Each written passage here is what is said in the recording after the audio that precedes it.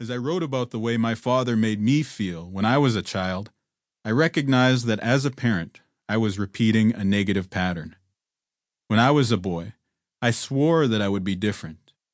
Yet, if I am honest, I too can be quick to anger or careless with the sort of cutting remarks that I remember being hurt by as a kid. My father learned those behaviors in the residential school and modeled them as he raised me.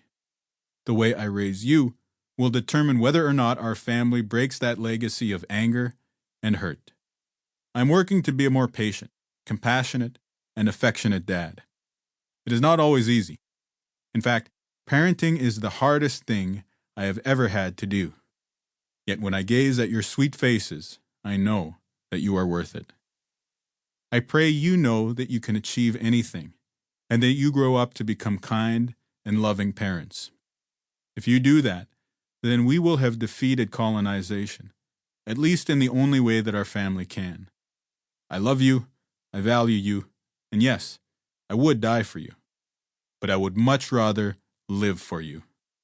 I hope that you share this story with other young people, especially with young sisters, who are too often the victims of violence, and with those who are too spirited, who too often feel ashamed of who they are. Tell them that you love them, that you value them, and that you will live a good life for them. My mom, your cuckoo, has always embodied this spirit. I guess the rest of us might be starting to come around. I have entered public life since writing this book. During the campaign in which I was elected as a provincial politician in Manitoba, I had to face the bad things I had done in the past, many of which are described in this book. As an Indigenous person participating in the Truth and Reconciliation Commission, I was used to being the one who was mistreated, who experienced racism, who had been damaged by colonization. Yet during that political storm, I was reminded that I have also been a person who has done harm. I sought out some of those who had been affected by my words, and I sat with them to listen so that I could better understand their feelings. During some of these moments, I could not help but remember Archbishop James Weisgerber and how he must have felt in some of the passages contained in this book. He worked to build a relationship, even if it meant he was put into difficult situations. I believe that I have a better understanding now for how others feel on this journey of reconciliation.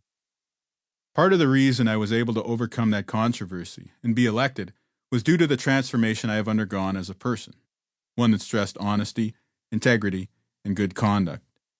I had to learn to tell the truth before I could move towards reconciliation. This personal growth was made possible mainly by my bearing witness to your Detanun's journey.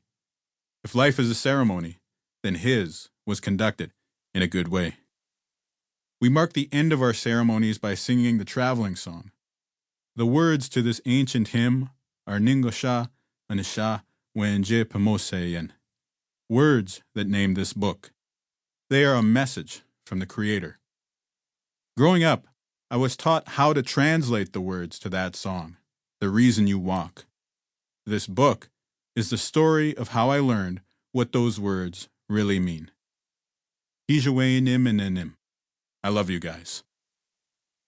Kinew, December 2016. Ningosha Anisha Wenje Pamoseyen.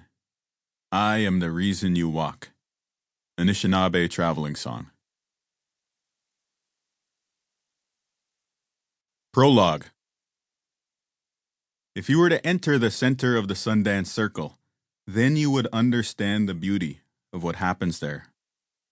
The shake of the cottonwood trees in the breeze, the swing and sway of prayer flags of every color tied to the branches, the chorus of cicadas singing a perfect soundtrack for the sweltering heat, the feeling of hundreds of supporters standing on the edge of the circle, watching you.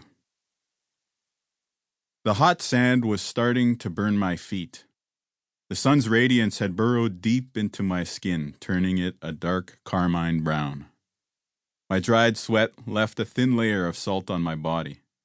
I could taste it as I licked my lips. We had been dancing and fasting in this circle since long before dawn. Chiefs and headmen formed a procession and walked to the To keep listening to this audiobook, I've left you a link in the description so you can do it at no cost thanks to Audible's 30-day free trial.